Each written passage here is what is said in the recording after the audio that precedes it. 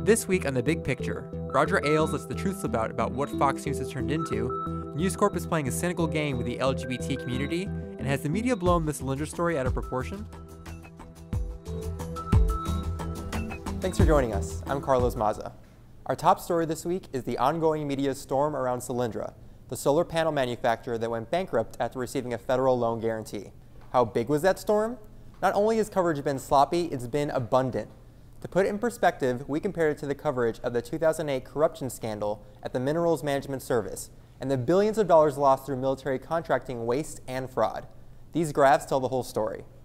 In print and on TV, the Solyndra story has received far more media coverage than the other two legitimate scandals. And it's especially jarring when you look at how much more taxpayer money was lost in the contracting scandal. Of course, Fox has jumped on the Solyndra story in order to attack the president. And this week, in a new interview with Howard Kurtz, Fox News President Roger Ailes admitted that the network took a, quote, hard right turn after the election of Barack Obama. In fact, Ailes even reportedly dictated the content on Fox News, creating the Regulation Nation series that attacked supposedly excessive government red tape. Which is funny, since the Republican Party was pushing that exact same message at the exact same time. They live in a perpetual state where it is primary season in the Republican Party 1994. Roger Ailes admitted to Newsweek in a quote, he says, every other network has given all their shows to liberals. We are the balance. If Fox News embracing the birther movement, which it did this year, is mainstream, then I guess they're viewing things from the John Birch Society. He's trying to spin it, saying, oh, we're sort of pulling back. We're going to be more mainstream now. They are as radical and as Obama-hating as ever. The parent company of Fox, News Corp, just launched a new magazine yesterday called Wedding Pride. It's catered to the expanding market of same-sex couples getting legally married in New York. Why is that significant?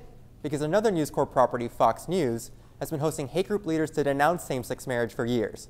While News Corp works to position itself as an ally to the LGBT community, Fox News remains a constant and reliable source of anti-gay misinformation and animosity.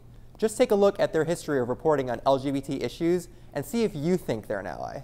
What, are you saying that a man and a man is the only kind of relationship we can have? A man and a woman, or a man and a man, or a woman and a woman? Why not a man and a woman, a woman and a woman? It may sound crazy, but it's really not. You can't make an intellectually honest argument against it. Should public school teachers be ordered to tell their students why it's okay to be gay? Well, I don't think this law goes far enough. I mean, maybe we should have a test, right? And you have a historical figure, and you got to check gay, straight. Maybe he thought about it at one time, but now he's not.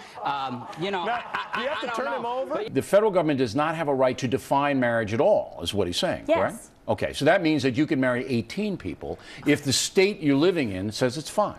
Yes. Okay. If you use his reasoning, he said this was setting federal government and state law on a...